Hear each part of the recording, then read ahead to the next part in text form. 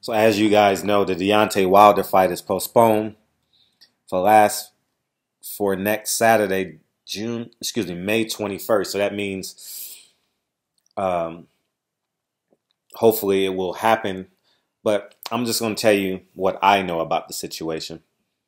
Deontay Wilder 100% wanted to fight this guy with or without steroids. And it would have been Deontay Wilder's biggest payday. Um, and I just want to make that very, very, I don't care what any other channel says. I'm telling you from basically the horse's mouth. Um, Deontay Wilder is in Russia right now and wanted to fight this fight. And I would say for a couple of reasons. He's been in camp for 3 months. Two, this fight would have literally validated him, and it would have pushed him to the winner of. He wanted Klitschko Fury next, and I'm just telling you the God honest truth. He wanted that fight, and he would have fought that fight in the UK for $10 million, and that is the bona fide fact. So I'm just letting you guys know what I know, and what the WBC. I'm gonna tell you what happened with the WBC. The WBC stepped in for legality reasons. It's no way you can have a sanctioning body allowing a fighter to fight for a world championship knowingly on steroids. It's too many legal battles, and two, it would have his if Deontay Wilder would have lost, his petition would have held up in court, and then it would open up for civil lawsuits, etc., etc. So the WBC stepped in and said, you know what, we can't have this fight, and that's basically what happened in terms of the Deontay Wilder Povetkin fight. So that's the absolute truth. On another note, I mean, it's not much to report. Povetkin is a cheater, always been a cheater, will always be the cheater. Maya Angelou says, and tell your kids this, tell your grandkids this, tell your brothers this.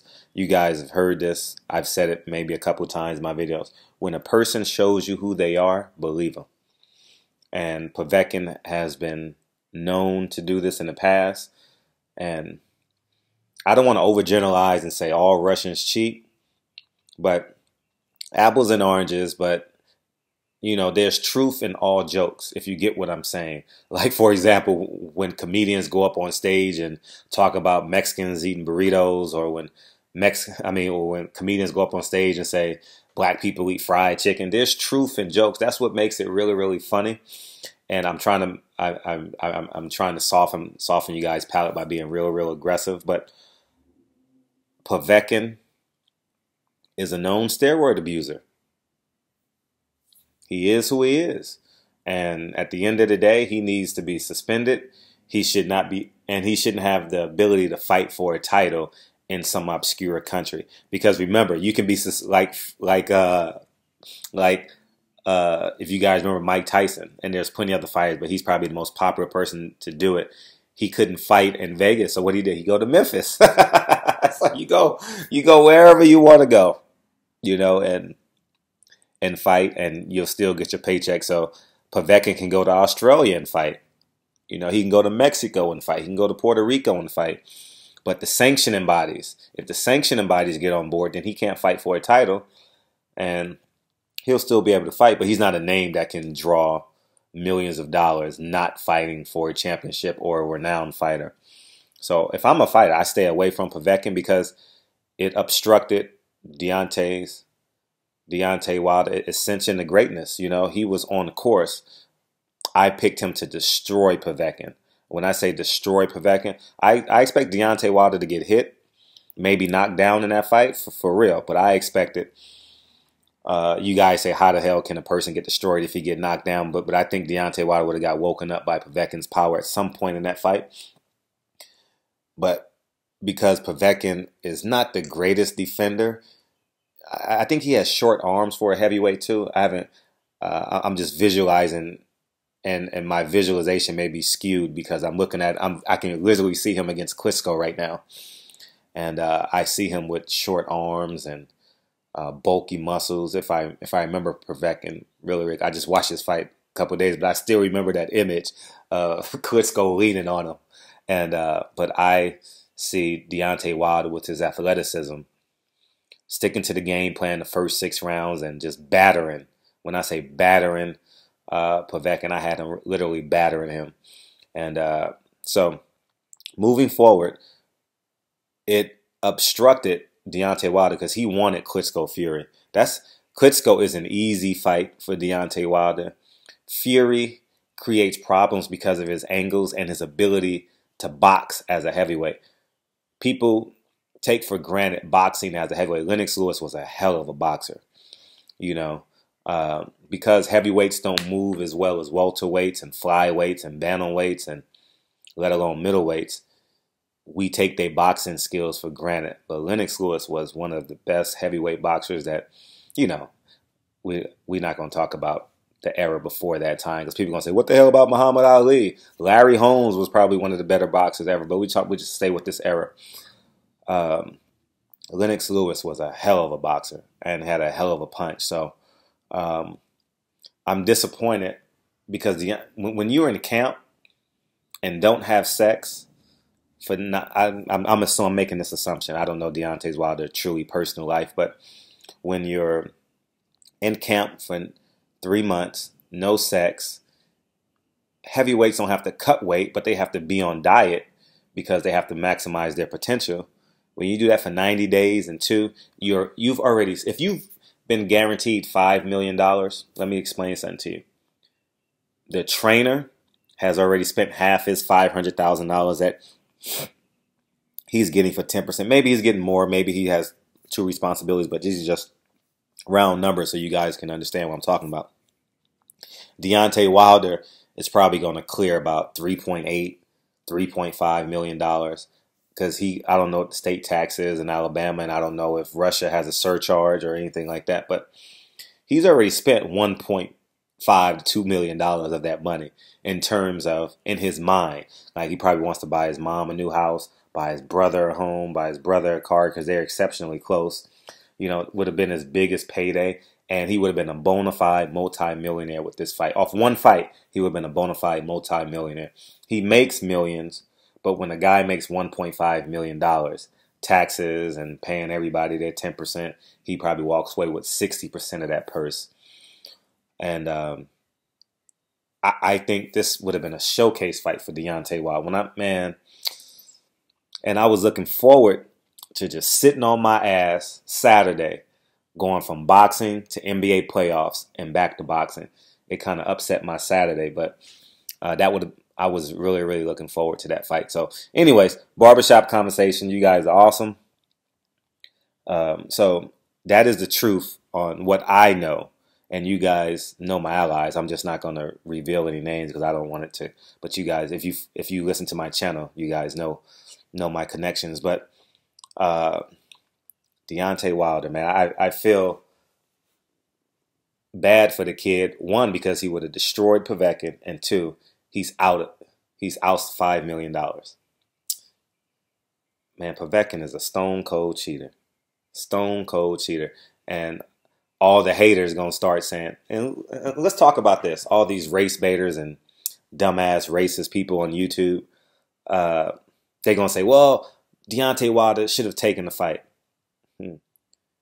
It's a real simple solution to this. Do you bring a knife to a gunfight? You know? Do you it's just real simple. Do you fight? Do you play football without a mask on your helmet? I mean, simple analogies, guys, common sense, simple logic. You don't fight a person on steroids. Knowingly on steroids, excuse me. You just don't do it, man. You don't do it. And we've had great examples of what steroids can do to your career. Roger Clemens, Andy Pettit, Alex Rodriguez hitting. Man, it's just we have too many examples of how effective steroids and HGH pills and medicines and drugs can be. So I don't even listen to these guys. You know, these race baiters don't go on YouTube. Well, Deontay Wilder is ducking him. He should have fought him anyway. Well, I don't see your 5'6" ass going to fight a 6'5" guy. I mean, he may not be on steroids, but he has an extreme competitive advantage. I don't see your ass at 160 pounds going to fight this 220-pound guy. You know, if you think Deontay Wilder should fight him, why don't you go fight? Why don't you go fight a guy who weighs 50 pounds more than you and who's 7 inches taller? You know, steroids does so much more for your body, your recovery. It enhances every muscle in your body. Every fiber of your muscles gets enhanced. You know? So, from head to toe, you know? So, I commend Deontay Wilder. He wanted this fight. He 100% wanted this fight. Yesterday, Deontay Wilder wanted this fight. He would have took this fight, period. And the WBC and the sanctioning bodies and everyone, his management team stepped in and said, "We can't take this fight because the governing body stepped in and said it wouldn't be good. It's too many legality issues in this fight, and it would pursue, especially if Deontay Wilder lost." So, anyways, man, you know what the funniest thing is? I am pumping that damn Beyonce album. Dude, her storytelling, I don't give a shit if it's about Jay-Z. I never walk into a person's front door, stay out of people's relationships, stay out of their bedroom. I don't care if it's about Jay-Z, but that motherfucking Beyonce album is fucking. I'm gonna do a review on that. I don't like the visual of it. It's too gaudy. It's too artistic. I think if she just would have had the actors come in or Beyonce play the role and just make it a short film like Tank's The Black Book, that would have been a great short film, or contemporary short film, you know?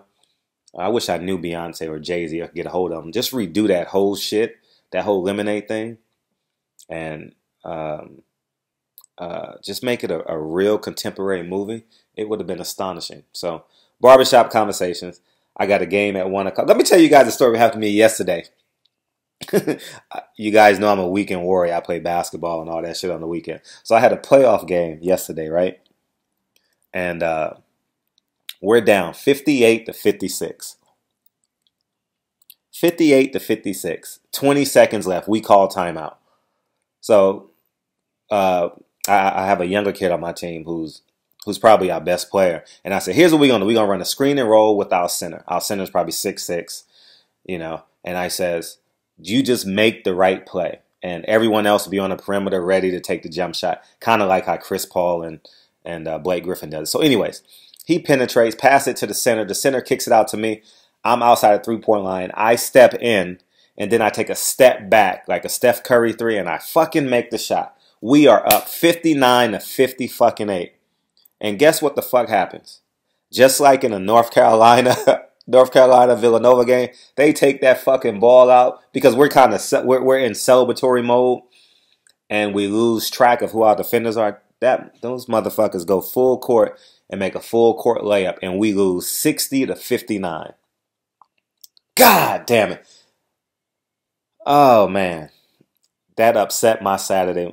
I could not believe that happened to us. I thought I made the game winner, and 8 seconds later, I got the Michael Jordan face on. So anyway, I got a playoff game today. As you guys know, I play with the Watsons on Sunday in basketball. So we got a playoff game. If we win, we play the championship game at 5 o'clock, I believe. So hopefully we win, and we move forward from there. And we get what we want with the NBA Finals. We get Steph Curry versus alpha dog, Mr. Testosterone himself, Russell Westbrook. I'm in pre-production on his movie right now, which is pretty dope. We're trying to secure funding for that, and he's going to be an integral part of that. So we'll see if that can matriculate this summer because he has the Olympics, so we may have to postpone it till next year because of his time. But that looks good. That looks good right now, and my short film, February 17th, is probably 50% done. It's probably not. My expected date was June 1st. Like every other production, it's never done on time. Anyways, Barbershop Conversations. Have a great Sunday. And I'll see you on the flip side. I'll let you guys know how my playoff games went. All right, talk to you guys soon. Peace.